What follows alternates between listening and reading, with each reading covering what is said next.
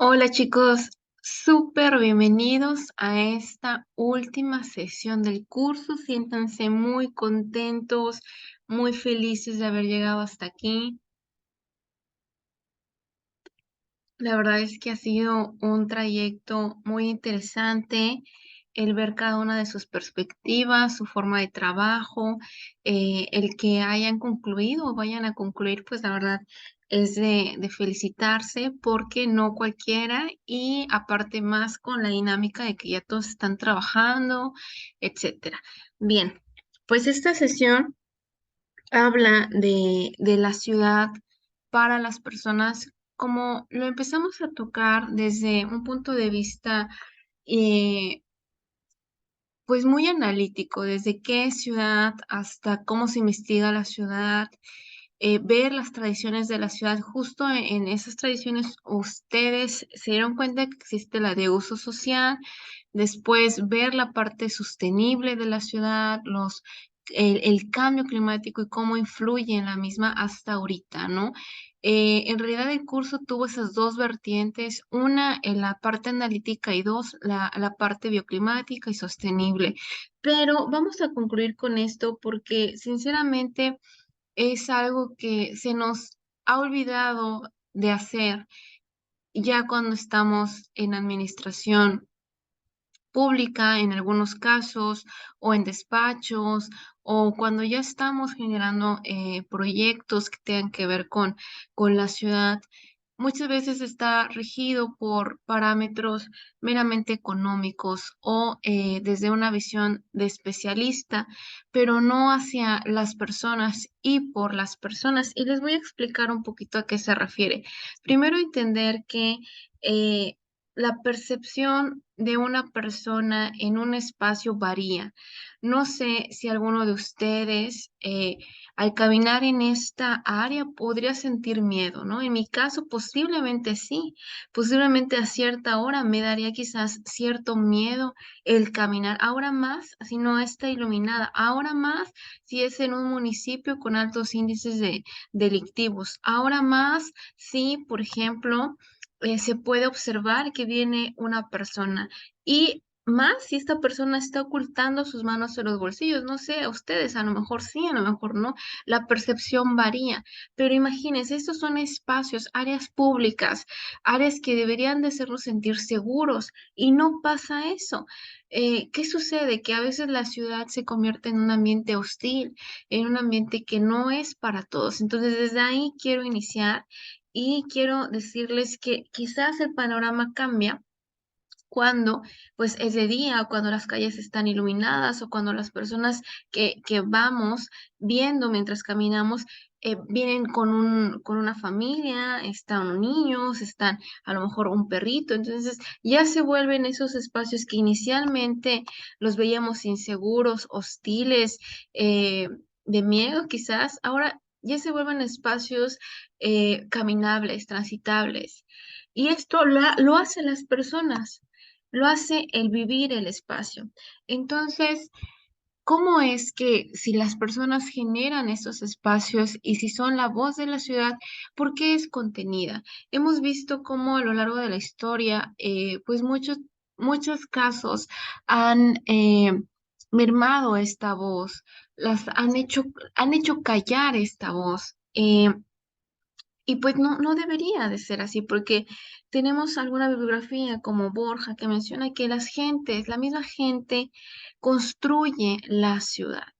Es gente que se vuelve una gente valiente, que se saca el miedo de encima y que sale a la calle, a espacios públicos, a pedir lo justo, lo que necesita, lo que requiere, porque participar, o sea, la participación en sí es un derecho humano. Incluso está en la Constitución, en el artículo 6, en el artículo 9, pueden constatar cómo esos mecanismos de participación pues están desde un aspecto constitucional, pero también es un acto voluntario. Yo decido participar porque a mí me nace hacerlo.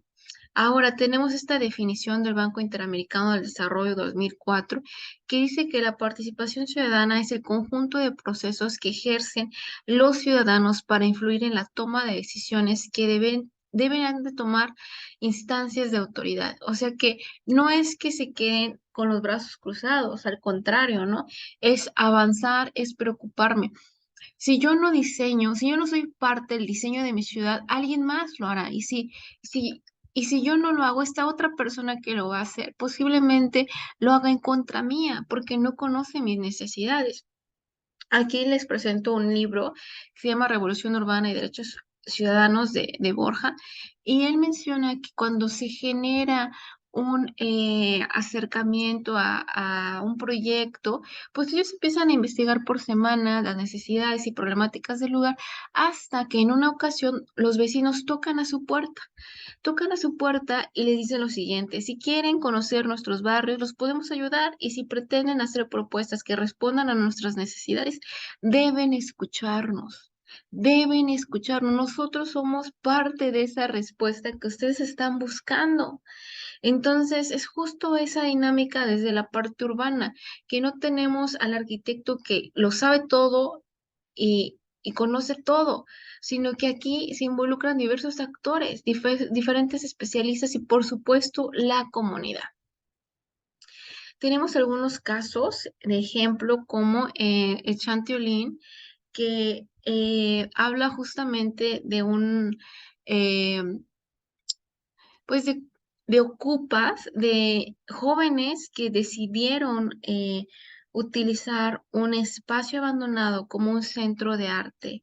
Ellos decían que a través del, bueno, ellos mencionan que a través de ese lenguaje visual, pues comunican, expresan. Por ejemplo, aquí tenemos que dice: ¿cómo se comunica a través de la imagen de manera masiva? ¿Cómo podemos dejar ciertas ideas como semilla para que esto pueda ir hacia otro cauce? Pues a través de esa intervención mediante murales, mediante la ciudad.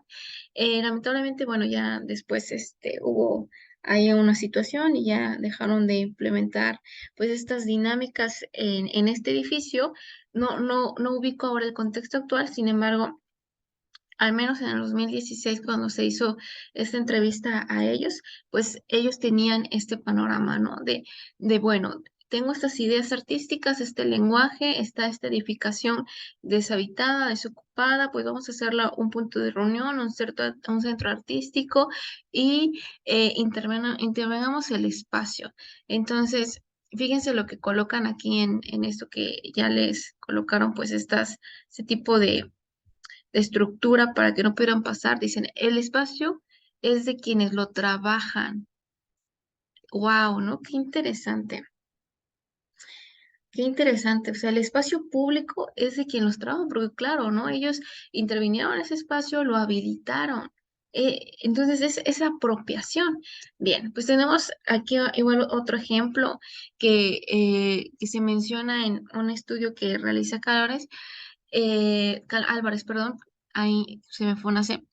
Pero esa entrevista va hacia jóvenes también, grupo de jóvenes que empiezan a ver el espacio no como un área eh, pues en donde no quieren intervenir y cierran sus ojos, sino al revés, como un área, un lienzo en blanco, en donde ellos pueden generar acciones y pueden no quedarse con los brazos cruzados y ser partícipes de cambios inmediatos a mediano o a largo plazo que contribuya a su bienestar, porque entienden que todo es un bien colectivo y que el no hacer frente a esto, pues en cierto tiempo les va a causar conflictos, ¿no? Imagínense una zona insegura.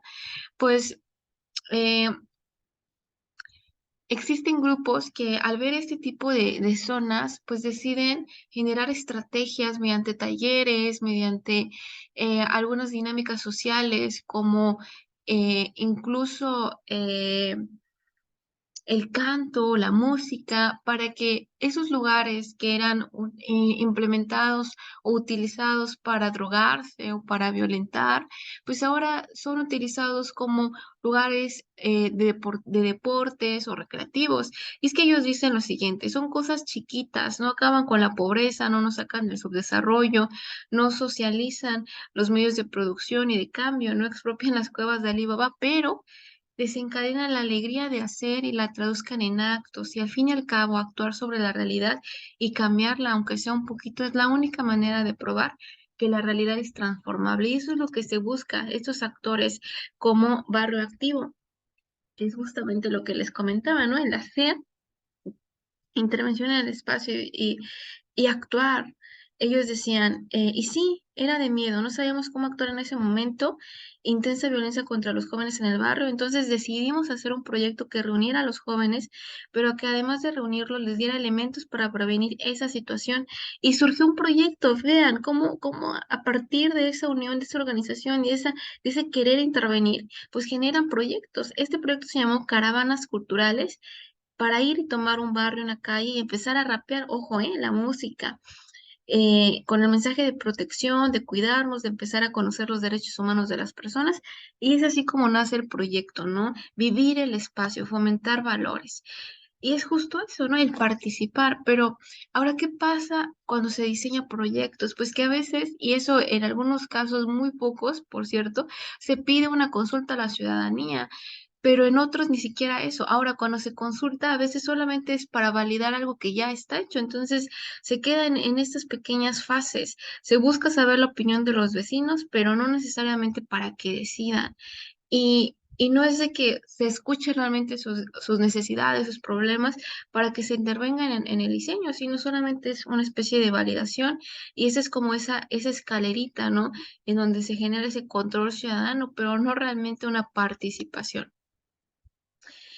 ¿Y qué es lo que se busca? Pues se busca que al final del día sí exista un diseño participativo en donde se involucran las personas, un diseño que vaya hacia la sostenibilidad, en donde el medio ambiente sea un eje rector, en donde la sociedad e incluso la economía formen parte del mismo, pero no se puede omitir la parte de la comunidad.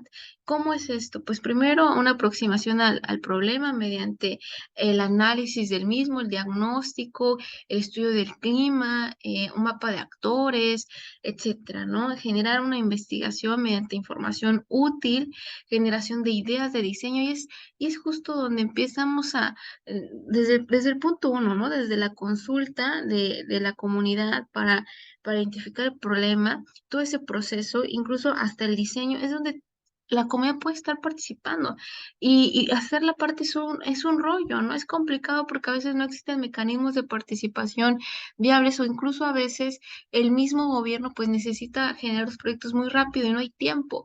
Pero lo ideal es esto, lo ideal es no hacer caso omiso si las ciudades de las personas, ¿por qué no entonces el diseño también tendría que involucrarlas? Y por último, un punto muy importante es la concreción y evaluación. O sea, si ya se hizo el proyecto, ¿qué no funciona a un año? ¿Qué no funciona a 3 años? ¿Qué se puede mejorar? ¿Cómo se puede evaluar este proyecto para que se generen pues mecanismos en donde ese mismo proyecto evolucione, sea transformable de acuerdo a las nuevas necesidades, porque como hemos visto, la ciudad no es una ciudad estática, sino es compleja, es conflictiva y es un ente tanto político, social y cultural que no podemos dejar en stop, ¿no? Sino al contrario, seguir entendiendo y por eso se tiene que seguir transformando el espacio.